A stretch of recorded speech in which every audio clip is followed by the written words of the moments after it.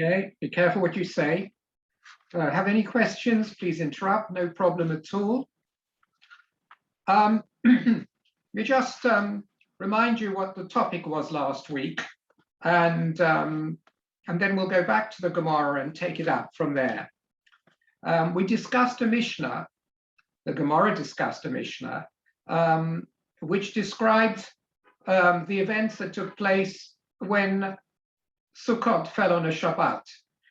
When a day of Sukkot, particularly the first day of Sukkot, fell on a Shabbat, when at the time of the Beis HaMikdash, they used to bench lulav and esrog even on a Shabbos, whereas we don't nowadays because there is a gezerah to prevent us carrying things out.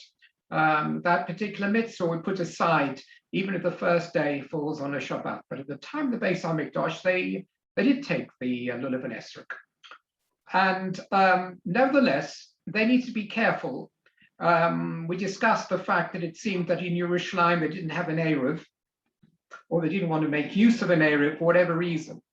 So the Mishnah explained that all the people would bring their lulavim and esrogim to shul the Friday afternoon, leave them there, and then they would come the next morning, they would identify their lulavim and esrogim, and they would have them to make a bracha on and to shake over Hallel in the way we do on every other day of Sukkot.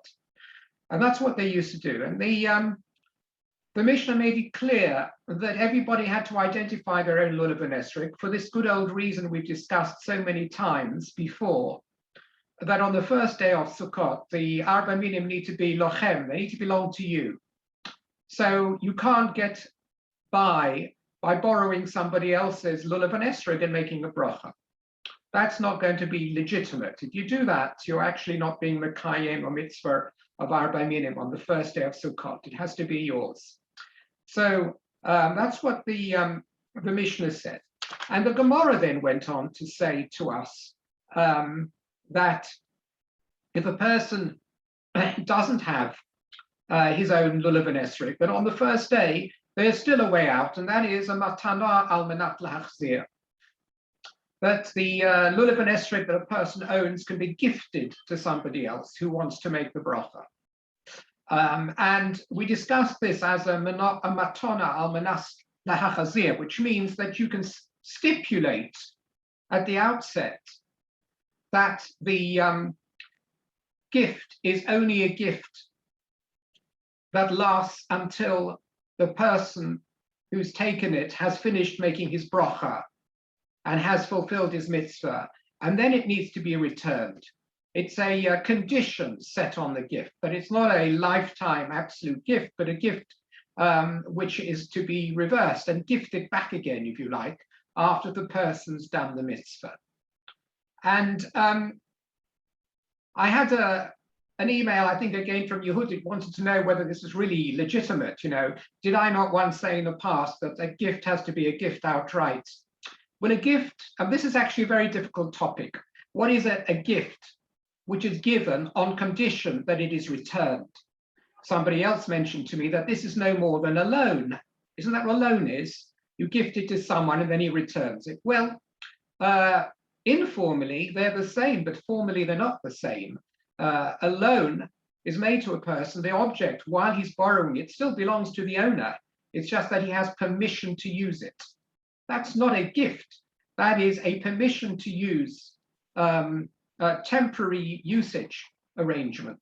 That's the contract with a loan. A gift that needs to be returned is physically and formally and legally a gift. That is, at the time that the person is making use of it, it belongs to him absolutely and not to the original owner. It's just that it's incumbent on him to return the gift, which seems like a rather strange concept, because you could argue, how can that happen? If I've gifted something to somebody, it then belongs to them. So they then surely are legally allowed to refuse to give it back to me. So how can I essentially stipulate that a gift has to be reversed? Well, halachically, you can do that. As long as it's written formally, as long as it's understood between two parties that that is the case, then it works. Having said all that, There is a lot of londus in the Rishonim that try to grapple with this whole concept of matana almanas lachazir, a gift that needs to be returned, as to how legitimate it really is. For our purposes, it is legitimate. If done in certain other ways, it may not be legitimate. If there are two parties who both wish to undertake this arrangement and both have a benefit in phrasing it this way, then it seems to work. It's not considered to be totally artificial. But the way these things work does have consequences in some other halachot.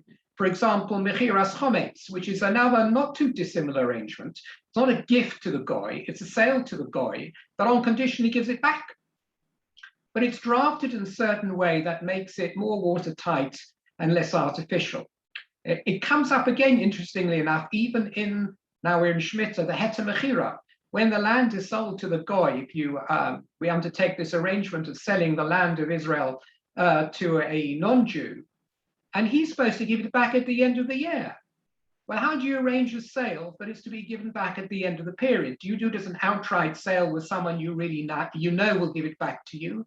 Or can you formally word it such that it's a sale only for 1 year? That sounds to me like a lease rather than a sale or a rental. So the question asked has a lot of ramifications, really. But over here, where you have two willing individuals face to face, who simply both gain something out of it, the person who wishes to make use of it is very happy to give it back because he only wants to use it to make his bracha for the now and for the moment. And the person who is gifting it is happy because he's helping out his friend. Then there's much less artificiality. And therefore we can understand why this arrangement of matonal almanas lahachazir can work. But the question is a good question, and it still exercises the minds of people who design arrangements like this and want to make sure that it really is formally not artificial. When you have two single winning parties, it's a much better deal than where it's contracted with a country, or it's contracted on behalf of thousands of people like our heter mechira is, or mechiras chometz. This is much simpler, and therefore it does work, and there's very little controversy when it comes to this idea of gifting almanas lahachzir for Sukkot. There's a complication where we have a child. That's another complication, that if one's not allowed to do this, to offer one's child the opportunity to make a mitzvah, because he doesn't actually have the power of a kinyan, but that's quite another matter. But in terms of two consenting adults, if I may use that phraseology, which is an unfortunate phraseology, that it seems to work fairly well.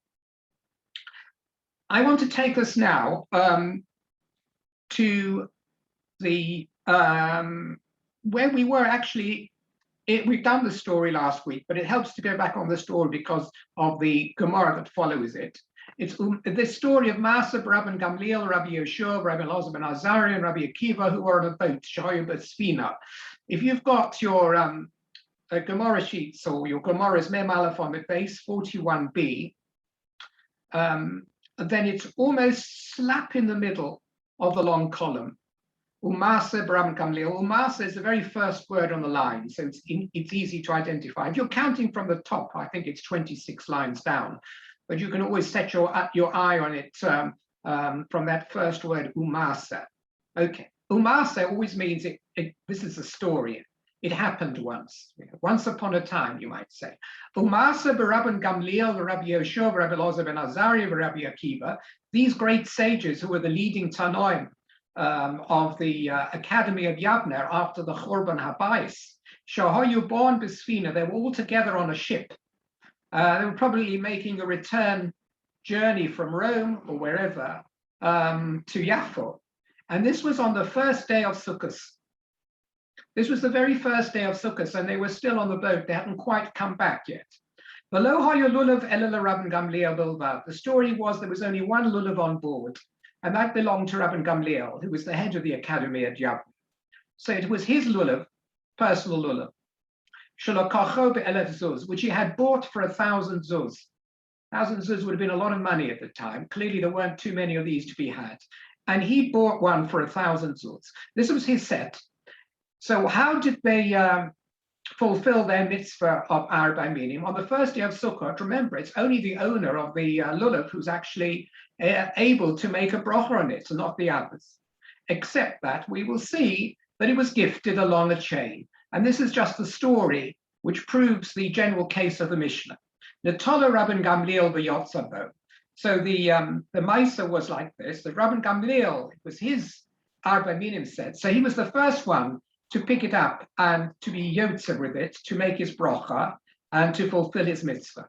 And then, having fulfilled his mitzvah, unasono Rabbi Yoshua b'matona, he formally gifted it to Rabbi Yoshua as a gift.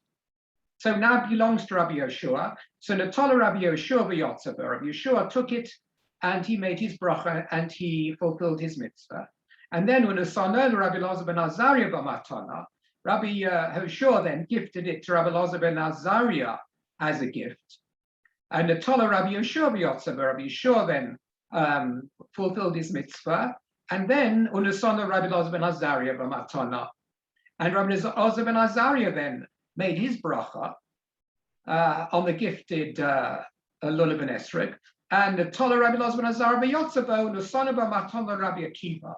And then, having fulfilled his mitzvah, Rabbi Elazar ben Azariah gifted it to Rabbi Akiva.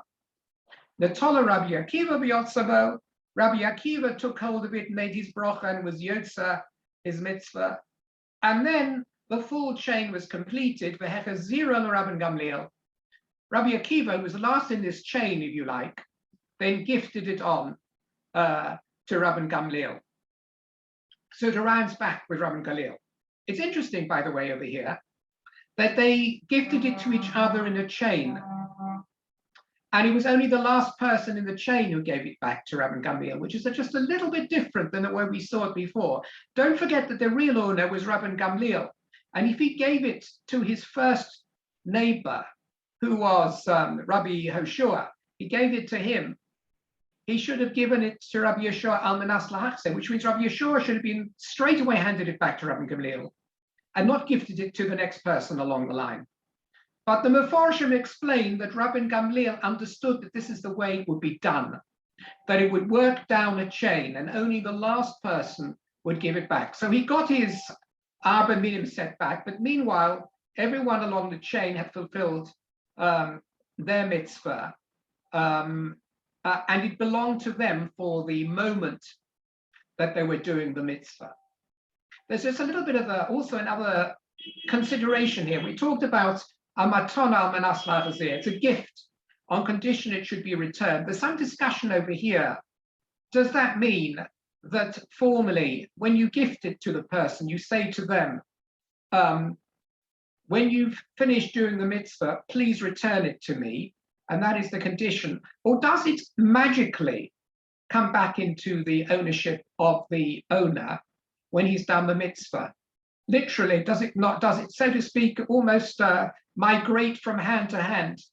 You know, he's done his mitzvah, and because it's a matona manas lahachzeh, he's lost the matona even before he's actually given it back again. There's some questions over that, but we don't care because we know the guy will give it back, whether it happens instantaneously because he's done the mitzvah, that the matona comes to an end, or whether it's because formally he has to literally hand it back again. It's really you know, cutting it too fine, but there is some discussion in halacha how formally that really works. But here we just brought a story here to back up the general principle that you can gift, and it belongs to the person for the moment of the gift and is able to fulfill the mitzvah, and then he can hand it back, or we can hand it down a chain. What happens in the case of two people buying it in partnership? So there we did have a problem with Tosfos actually talked about a case of partnership where, and that's not so easy. It shouldn't work formally in the case of a partnership because each person has a 50% share in the lulav, for example, and therefore no one has 100% share. So if it's not gifted at all, but just because you buy it in partnership, man A takes it, shakes the lulav. While he's shaking the lulav, man B is a 50% shareholder. So that 50% of the lulav doesn't belong to man A. So how could he discharge his obligation? The answer is it's very, very dicey. Really, it should be done as a matana, a complete 100% relinquishment of ownership, which is what happens over here, rather than as a share.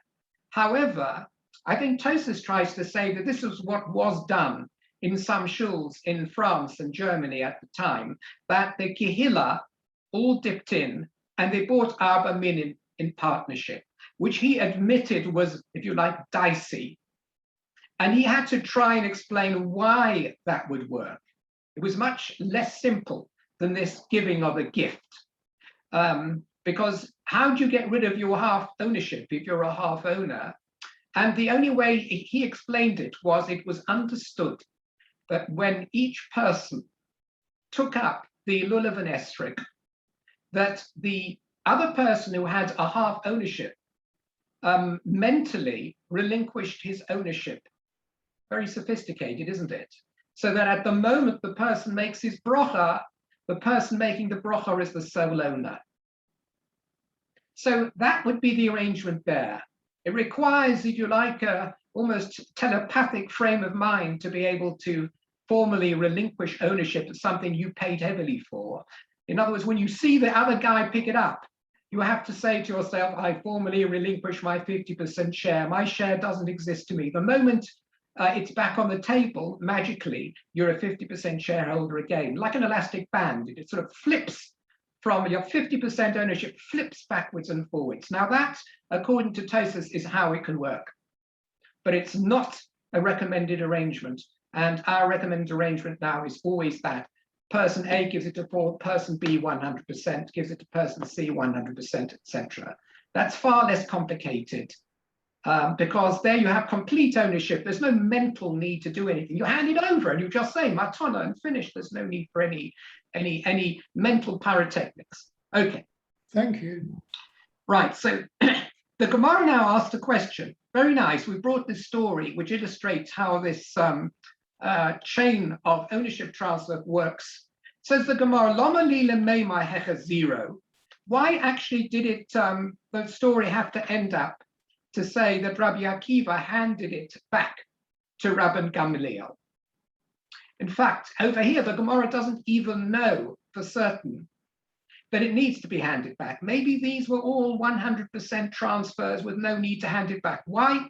The story suggested that it needed to be handed back to Rabban Gamliel, but formally it doesn't need to be. If he hadn't demanded it be handed back, and it just didn't mind them all gifting it one to the other down the line, it could stay with Rabbi Akiva. Maybe Rabbi Akiva would decide whether to give it back.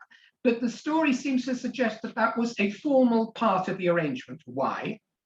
And it's because of something we actually have been discussing up to now, but which we haven't seen in print so far. Says the Gemara, Milsa agav orcha kamash malon. The story is to illustrate a principle tangentially. And what's that? That matana al manas lahachazir shema matana. That if you gift something on condition it be returned, it is deemed to be a proper gift. This is just an enunciation of the principle we mentioned before, because as we said, it's not obvious that a gift which is to be returned should be considered a gift. You might just consider it to be a fiddle and therefore not a formal gift. We don't like completely blatant fiddles.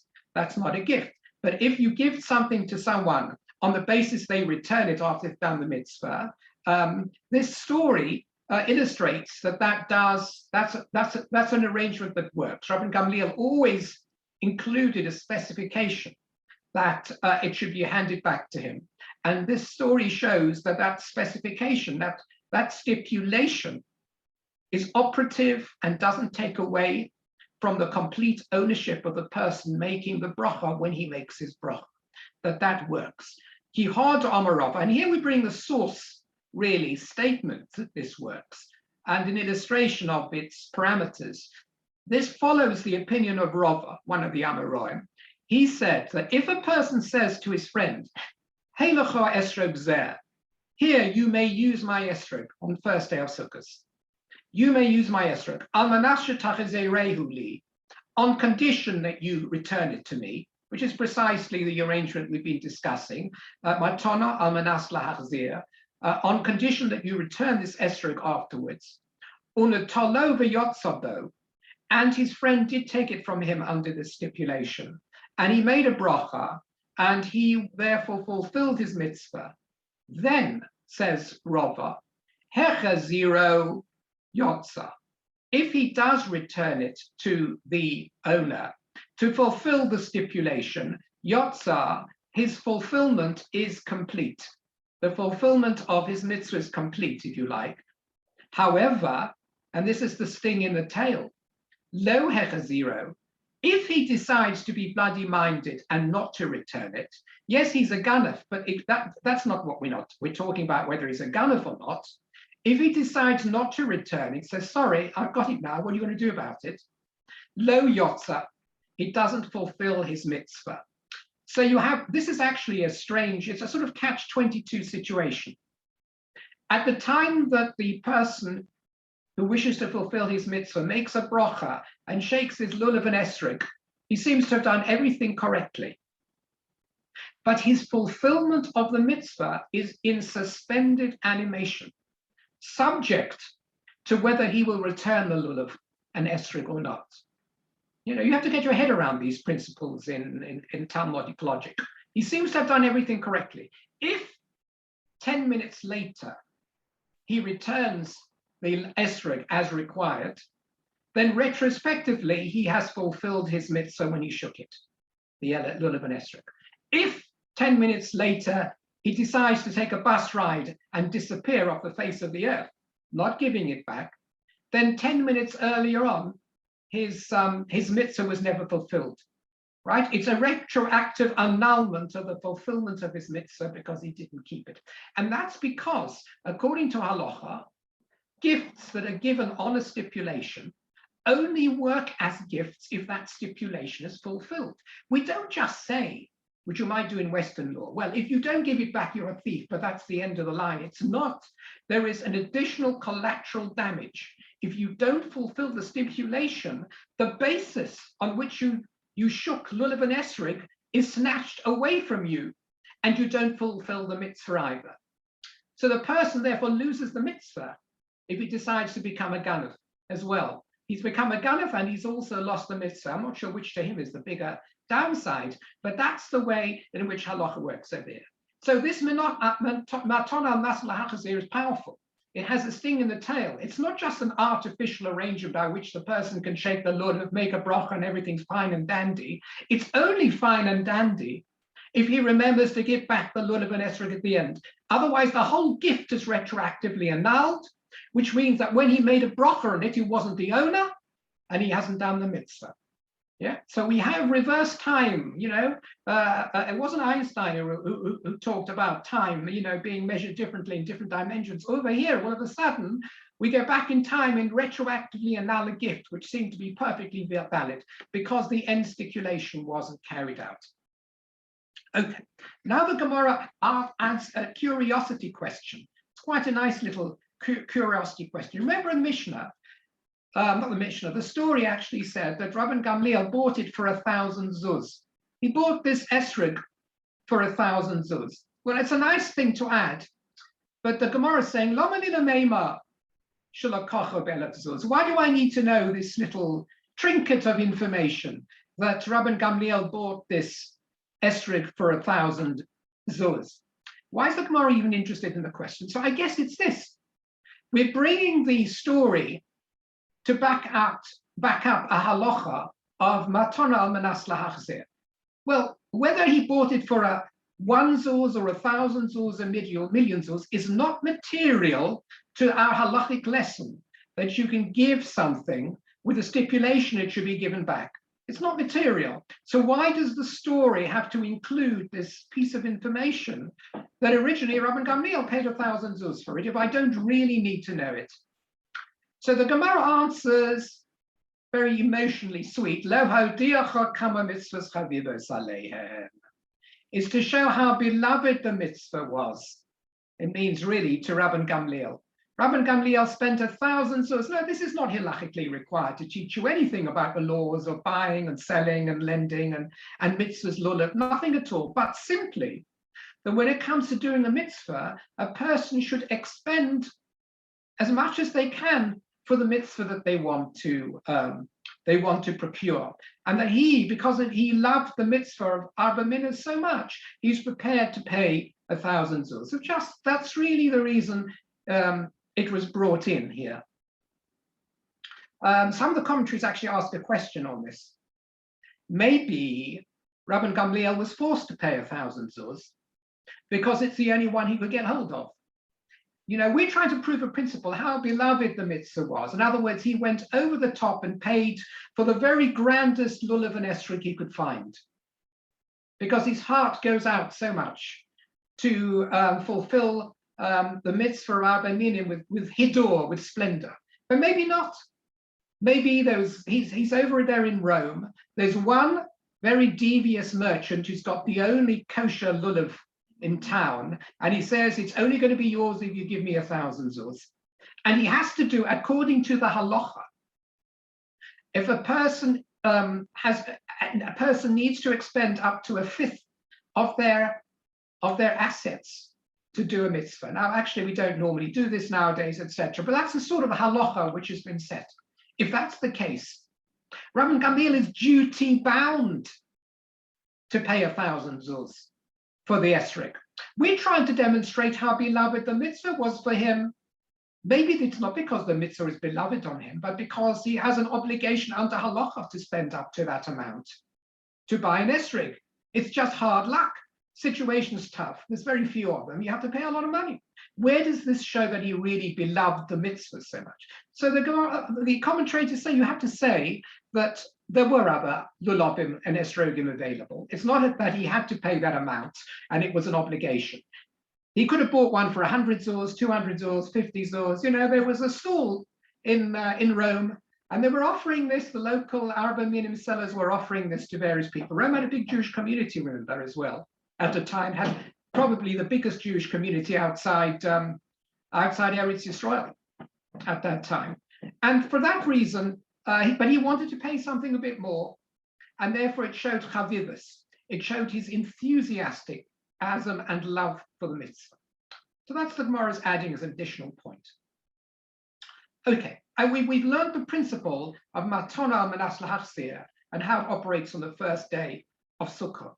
But now the Gemara is going on a tangent, as it sometimes does, and it's picking up this idea of mitzvahs chavivus, that if a mitzvah is beloved on you, I'm sorry if you can hear banging here, there's shipputzim going on everywhere, and unavoidably you're going to hear some banging, drilling, and whatnot. So we're going to discuss here what does it mean to have a love for mitzvah, and how far does it go? And we start off with lulav and esrog, and then we're going to ask a kasha from a more general perspective. So let's do this first statement. Omelei ma bar amema l'Rav Ashi.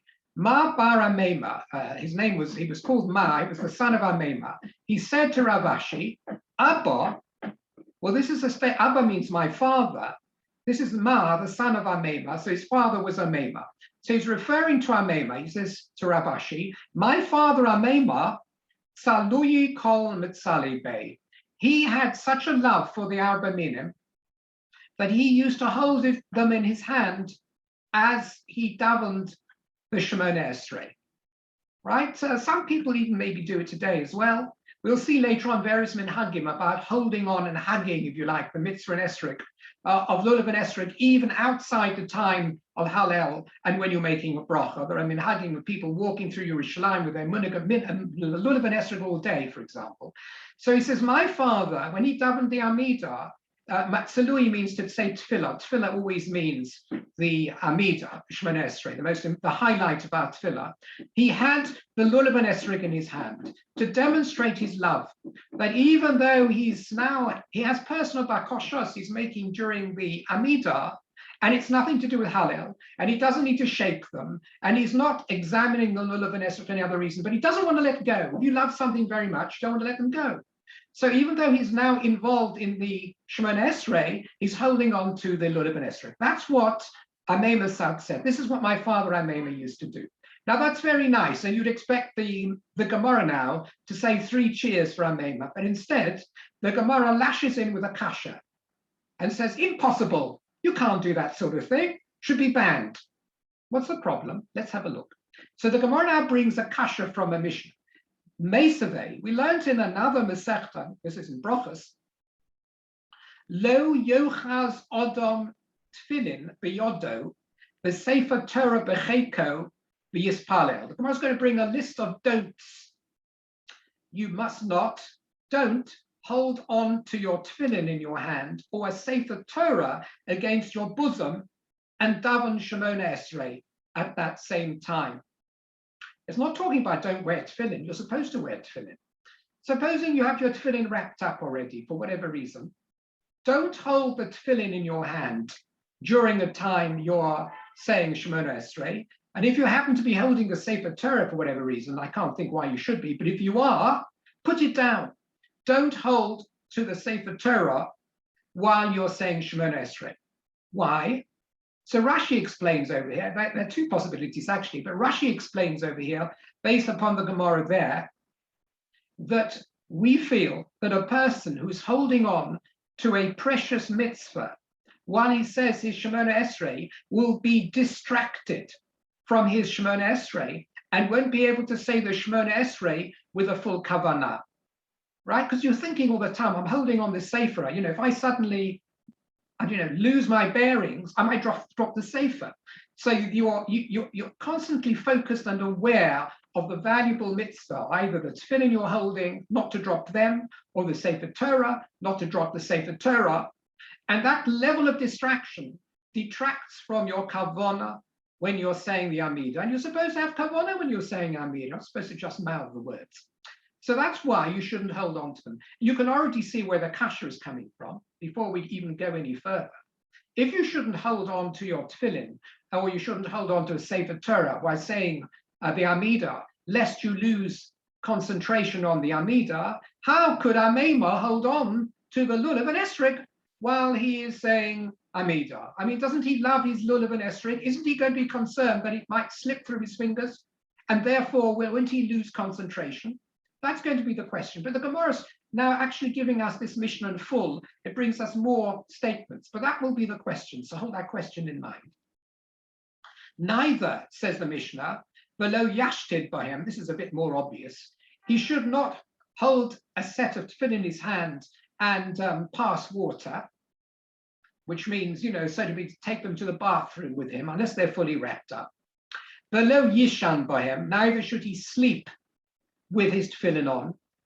Lo shinas keva v'lo shinas arai, neither a short nap or a long sleep. When we did this long time ago, we tried to define the difference between the shinas keva and a shinas arai. Do you remember when we talked about sleeping in the sukkah mitzvah?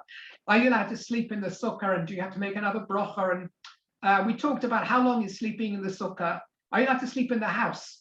Can you doze in the house? Should you be dozing in the sukkah? And we talked about bringing a parallel for how long a horse, normally dozes for 1 minute at a time or something. That's a shinas arai. That's a slow doze. Because the Gemara wanted to know how many winks is a slow doze as opposed to a long doze. So we discussed some of those things before. So here, this is some of the same stuff. You should neither have a proper sleep, not even doze off while you're holding your talis and tefillin. Okay, again, why? In this case, because you might drop them for a different reason. Because if you're going to doze off, you might, and also it's a lack of respect. A lack of respect to hold the Sefer Torah, tefillin, and then go doze off. What are you thinking about what you're holding?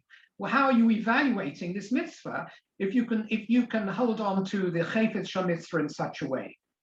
For Omar Shmuel, and Shmuel went on to say, and this is really just a tangential point as well, Sakin ukara kikaromas hara elu kayotze behem. Not only must you not hold on to Sefer Torah and tefillin while you're saying the Amidah, neither, and those of course are objects of kedusha and of mitzvah, but you shouldn't hold either onto a knife or to a dish, a plate, kikar, which means a loaf of bread, umos or money. The same thing, you mustn't hold on to them, because again, your mind won't be fixed on the Amida. If you're holding on to a knife, you're going to be very careful to make sure that doesn't drop, because it might drop on your toes and cause you some damage. So while you're concentrating that you don't drop the knife, you've lost your concentration tefillah. The same thing, you won't want the bread to drop out of your hand, because otherwise it might drop on the ground and it will soil the bread. You won't be able to eat it.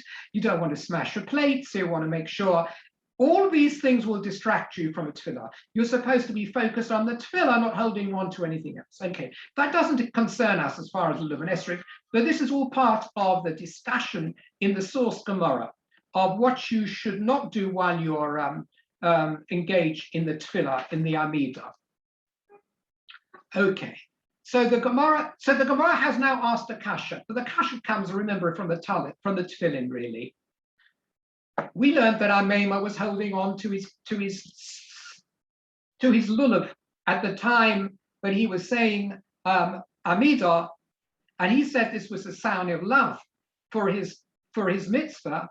We didn't think that was anything wrong with it. So the Gemara came in with this Mishnah that shows you're not allowed to hold your tefillin at the time that you're engaged in tefillah, lest it might distract you from your proper kavanas when you're davening. Well, if that's the case, how could Amema hold on to his lulav and esrog? Surely they would distract him while he's davening. The mitzvah that he's holding on to would distract him from having proper kavanah on the davening. That's the kasha, and it seems on the surface to be a very good equation.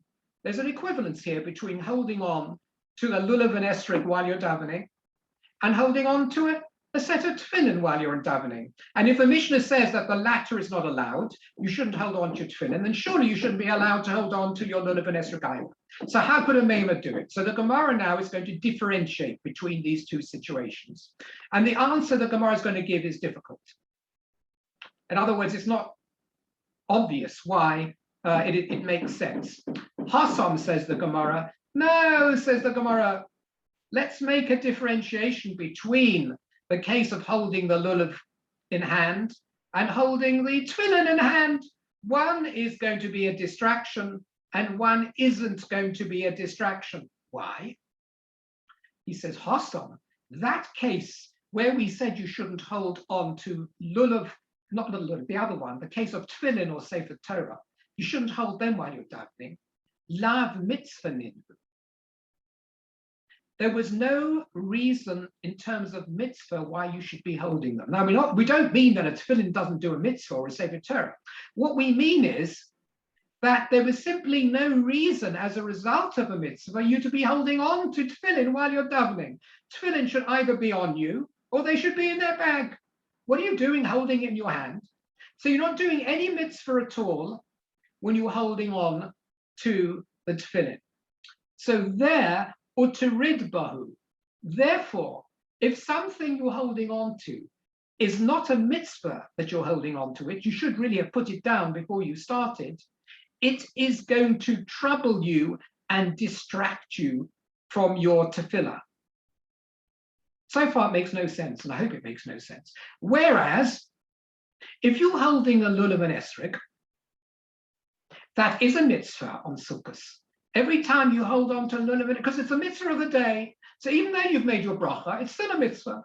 So when you're holding on to your lulav and esrog, and you're saying the Amidah, you're holding on to the lulav and esrog, and you are involved in a mitzvah simply in holding the lulav and esrog, unlike holding the tefillin for no reason. Holding the lulav and esrog is always a good reason on Sukkot. So you're involved in a mitzvah. And because hacha mitzvah ninhu below torid bahu, since you're holding on to a mitzvah, you're not going to feel troubled by holding on to the lulav and esrog, and it won't distract you. So what's the chiluk over here? Very strange. There is a difference, but is this difference relevant? The Gemara's made a difference, which is true, but it's not clear why it is relevant. So we don't understand this Gemara. The Gemara seems to be saying that if you're not holding on, if you're holding on to something which is not a mitzvah, you're holding on to tefillin, but it's not really a mitzvah, that is distractive. Distraction. That would prove a distraction to your kavanah on tefillah. However, if the thing you're holding on to is a mitzvah, it's not going to be a distraction to your tefillah. And that's the way Rashi seems to say it. Comes along the Ritva and says, Pinkt verkehrt. The logic is exactly the other way around. So if you thought the logic was the other way around, you're in good company. The Ritva says it's exactly the other way around. I don't understand this at all. If I'm holding on to something that's not a mitzvah to hold on to, it's not going to be distracting me from the real mitzvah of the Amidah. But if I'm holding on to a lulav and esrog, it is actually going to distract me, because this is the mitzvah of the day. My enthusiasm is invested in the lulav and esrog, and it won't be in the tefillah. So it seems to work the other way around. The Gemara, the way Rashi explained the Gemara, indeed the way the Gemara says it, if it's not a mitzvah, a person's not distracted when he holds it. Comes the Ritva, says if it's not a mitzvah, a person should be more. If it's not a mitzvah, a person will be distracted, said the Gemara. But when it comes to lulav and esrog, since it is a mitzvah to hold it, you won't be distracted. Says the Ritva, as an ordinary simple balabatisha concept, I think the other way around. When you're holding on to something and you're holding on to it as a mitzvah, you're invested in the mitzvah of lulav and esrog, and then you can't concentrate on the Amidah. So you're going to be more distracted to hold on to a mitzvah. So therefore, Amema Dafka should not have held the lulav and esrog in hand. And he did. So how does this work? How does this Gemara work? To say that he's holding on to it, it's a mitzvah, he won't be distracted by the lulav and esrog because it's a mitzvah. You're going to be more distracted with it because it's a mitzvah. No, if you're holding on to something that's a mitzvah, your mind is actually on that mitzvah, not even on the Amidah. So how can you say you won't be distracted? So it's a perplexing when we read this Gemara. So the Ritva tries to give an answer, which itself is an incredible leap and very, very interesting. I'm not sure it's rationally so sensible, but it's very inspiring. He gives an inspiring answer, says the Ritva. You know what? What the Gemara means to say is this. When you're holding on to something which is a mitzvah, like Amema was doing, the lulav and esrog, you're right. You are right that to a certain extent, he is invested in holding the lulav and esrog. And therefore, your question is a good one. How can he now be involved in his Amidah? But the answer is this, that when a person is energized and invigorated by being involved in one mitzvah, that vigor and energy is transferred to another mitzvah he's doing at the same time. Isn't that incredible? According to this answer, when our Maimer is holding the lulav and esrog, and he has got a real love and passion in this lulav and esrog, and it's true, his mind is somewhat diverted to the lulav and esrog. Nevertheless, when a person is so energized because he's got this lovely mitzvah in hand, it spreads. It's infectious, and it increases his kavanah in the Amidah. So in other words, if you do two mitzvahs at the same time, it enhances both of them. Think about that for a moment. Incredible. If you're just holding on to something, you don't need to hold on to something like a pair of tefillin, which you don't need to hold on to something during Amidah. It's not sukkahs and it's a beloved mitzvah. It's just a mitzvah for every day. You're holding on to it. You know what happens? Like all of us, we're dopey. You're holding on to the tefillin, and you're not really aware of holding on to tefillin. And similarly, you're dopey as far as the kavanah for the Amidah is concerned. But if you're holding on to a real mitzvah of the moment, like lulav and esrog, you're so energized. It's electric. It's going through your body. The fact that you're holding a lulav and esrog, that enhances your tefillin, enhances anything else you do at the same time. Right? You become highly charged. And that charge isn't just in the mitzvah of lulav and esrog, it's also on the Amidah. That's why Amema could hold on to his lulav and esrog. But you shouldn't hold on to your tefillin. Tefillin will distract you because it'll make you even dopier. However, because you're holding a lot of lulav and esrog, you've got an extra battery pack that you're holding on to. That'll make even your tefillah more highly charged. An extraordinary answer here of the Ritva. And the Ritva says probably that's even what Rashi meant. He says it's impossible to explain this Gemara in any other way, because otherwise it's anti-intuitive to say that doing one mitzvah gives you more kavanah somewhere else to do the tefillah that it works. The only way you can say is that one, it's infectious. We sometimes say things, and laughter is infectious. Enthusiasm is infectious. So if you're enthusiastic for holding the lulav and esrog, you become lifted. Your whole personality and spirit is lifted, and you've got more to give even to your tefillah. It's a beautiful idea, I think, to explain it. So therefore, the Gemara has said, and this is where this particular story ends, that there's no problem in holding it's a sign of great love, and it's not halachically questionable at all to hold your lulav and esrog during your Amidah. No problem at all. Most people don't. They pick them up at the end of Amidah before Hallel, right? And they make their bracha and they do the Na'anuim of Hallel, but you can have it all the way through. This is what he explains over here, because it actually will enhance your enthusiasm. Now, most of us say don't do this. We'll go on and see how people used to display their enthusiasm for Arba Minim, but this is actually going a long way. I think some people might think it's not the right. If you're the only one holding your lulav and esrog at shul, during the Amidah, you'll probably get someone come up to you and tell you, this is not the minig in our shul, or whatever it is, and will make you feel embarrassed. But you can see over here, there is, you have legs to stand on, so to speak. Okay, let's go on to the next piece of Gemara. Gemara now brings a brisa, Tanya.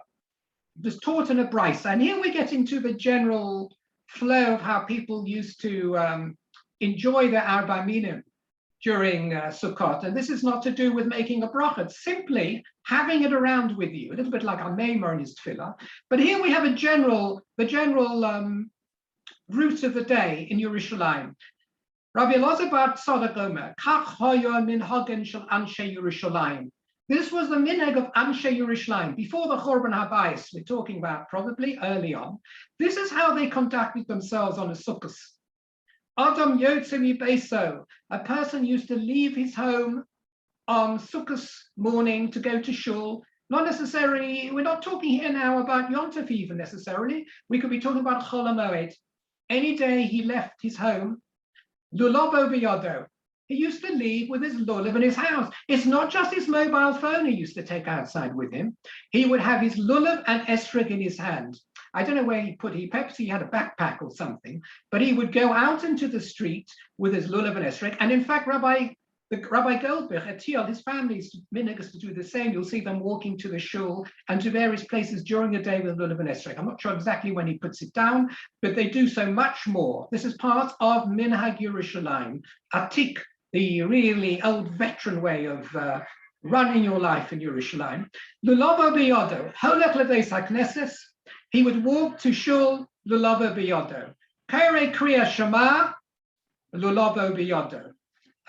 Mispalel, the lulavo biyado. And that's the tefillah, again, like Amema did. Amema did this in Bovel. We mentioned the story before. But this week, see now, was one of the minhagim of the Anshe Yerushalayim. They used to say their tefillah also. Everything, all the way through, they were holding the lulav and esrog. Everything they did, they were holding the lulav and esrog. You might get, tennis elbow or cramp in your hand, but this is what they used to do.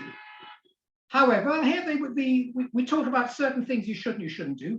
Kore by Torah, no says kapov, manicho al gabe hakarka. However, if he was reading the Torah, Kriyas HaTorah, or he was a Kohen and he was raising his hands, he would put down his lulav and esrog. I mean, you can imagine a Kohen Duchening holding a lulav and esrog up. That would be a bit silly, wouldn't it? So the Bryce is giving the Kohen advice. All right, it's enough already. When you can put your lulav and esrog down, if you're going to be blessing the Kehillah, because you have to hold your hands up, you can't hold the lulav and esrog in it. That's certainly not possible. It also says here that if you're laning, you shouldn't hold your lulav and esrog. Now that's also quite interesting. Why not? I can read the Sefer Torah while holding my lulav and esrog. So there are various reasons given, and according to, I think Rashi says, it's because the person who is laning will normally have to roll the sefer to the right place. You can't roll the sefer to the right place while you're holding a lulav and esrog. You have to be extraordinarily dexterous to do that sort of thing. So therefore, put your lulav and esrog down. It's almost like saying, when you try to do the impossible, then you're allowed to put the lulav and esrog down. But as long as you can do something, you should have a lulav and esrog in hand. Now, this is not a minhag for us. This is the minhag of Yerushalayim prior to the Chorban Abayis. Now it carries on. Holech levaker cholim ulenachem avelim lulav biyodo. If you went to hospital to be mevaker cholim, you'd also come in with your lulav and esrog in hand. There's no excuse to say, when I'm going somewhere serious and this is not nice for me to take. You take your lulav and esrog dafka. You're going to be menachem avelim. You're going to a shiva house. You take your lulav and esrog. Sounds quite exciting. When I say take it, you hold them prominently open like that, next to you in your wrists. So anyway, they ask a question, of course. What are you doing nichum avelim on Yom Tov? Surely there is no shiva during Yom Tov. If you started the shiva before Yom Tov came in, before the first day Sukkot, Yom Tov breaks the shiva completely. You stop there and then. So where is there a novel to visit? And if someone unfortunately uses a relative during Yom Tov or on Chol HaMoed, his shiva doesn't start until after Yom Tov. So tell me, where's there a shiva house? Yes, it's a good question to ask against this brisa. Give me a situation where there is a shiva house. So they ask that question, and they say that it used to be the minhag, and I've heard about this even today, that if a person loses a relative, shall we say, on Chol HaMoed, even though he doesn't formally sit shiva, that as long as he doesn't do anything too public, he would keep some private level of avelus at home, and his friends would come and visit him. That is not formally and legally nichum avelim, but it's saying at the same time you are comforting the avelim. Their shiva doesn't start for another few days, but they're still at home, and people come to visit them. And it's this type of nichum avelim we're talking about, not the formal sitting of shiva, which would not take place at all during the Chag. Okay, next case, nichnas lebeis hamedrash. When he enters the Beis HaMedrash to study, he should hand. I'm not sure why it doesn't just say you put down your lulav and esrog on the table. It doesn't say that. You can pass it over to your son or your servant or your shliach, somebody else who will look after it while you're learning. I think the reason given on this is that if a person goes into the Beis HaMedrash, he's going to be involved in intensive study for a number of hours. And so therefore he needs to put it somewhere safer and not just put it down by his desk where he is, somebody will trip over it or whatever it is. Rather, he hands it over to someone for safekeeping. And the understanding here is that if a person who is learning is involved in depth with his learning, and he can't learn properly while he's holding a lulav and esrog in hand. So when it comes to learning, a shiur, if you like, you shouldn't hold the lulav and esrog, because that will be a distraction to your learning. Either that, or you might drop your lulav and esrog, because if you're so intent on the learning, you may not remember that you're holding an esrog, and you damage an expensive esrog worth 1,000 zuz or whatever. Okay, so now the Gemara asks. That's a lovely story that describes the way in which Sukkot was spent at the time of Yerushalayim. So Gemara says, "My kamash malon." This is rather a cute question. Why do I need to know this? Says the Gemara. What Rabbi Elazar bar Tzadok told us, he was reminiscing how it used to be. You know, this is how it used to be. That in Yerushalayim we had the minhag, that we did this, that, and the other, everything with our lulav and esrog in hand. Says the Gemara, "My kamash malon." What news is Rabbi Elazar bar Tzadok teaching us in this? So you might say, well, it's a lovely story. Does it have to be news? Can't we hear something nice from Rabbi Elazar bar Tzadok about how it used to be? What's wrong with reminiscing? But the Gemara seems to want to look for something a little bit more of a limud to come out of this statement of Ma'aser Shehoya. So the Gemara says, "Lahadiacha kama hayuzer reason b'mitzvahs." This goes to show you how much there used to be zores b'mitzvahs, that we don't do these things nowadays. But when they were around before the destruction of Beis HaMikdash, they had extra zerizas, and therefore they carried the lulav and esrog around all the time. It's not a mitzvah for us to do it, but it's a lesson that I guess we can all work towards. That if we treat our Arba with more enthusiasm when we read stories like this. And we don't do this, but they used to do this. And if they used to do this, this shows that if we can, we should try and inject an extra dose of enthusiasm for the mitzvah Arba Minim. Okay.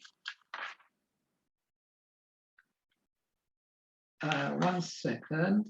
I think I'm going to stop here because the Gemara now goes back to another statement in the Mishnah, which we'll deal with next week, which discusses what happens if a person takes his lulav and esrog out into the street on a Shabbos, and there's no Eruv, because he forgets about it. You know, he's so intent on his lulav and esrog. The Mishnah said there that normally you would have to bring a korban chatos for an avera, which you do, a serious avera of carrying on Shabbos, which you do unwittingly. But because you're doing this in the context of a mitzvah, you don't have to bring a korban chatos. The Gemara is going to discuss that next text. So in essential, we're going to go back to a bit more of halach material. But today we were rather involved with agadic material. So if anyone has any questions, I'm going to stop the recording. Second.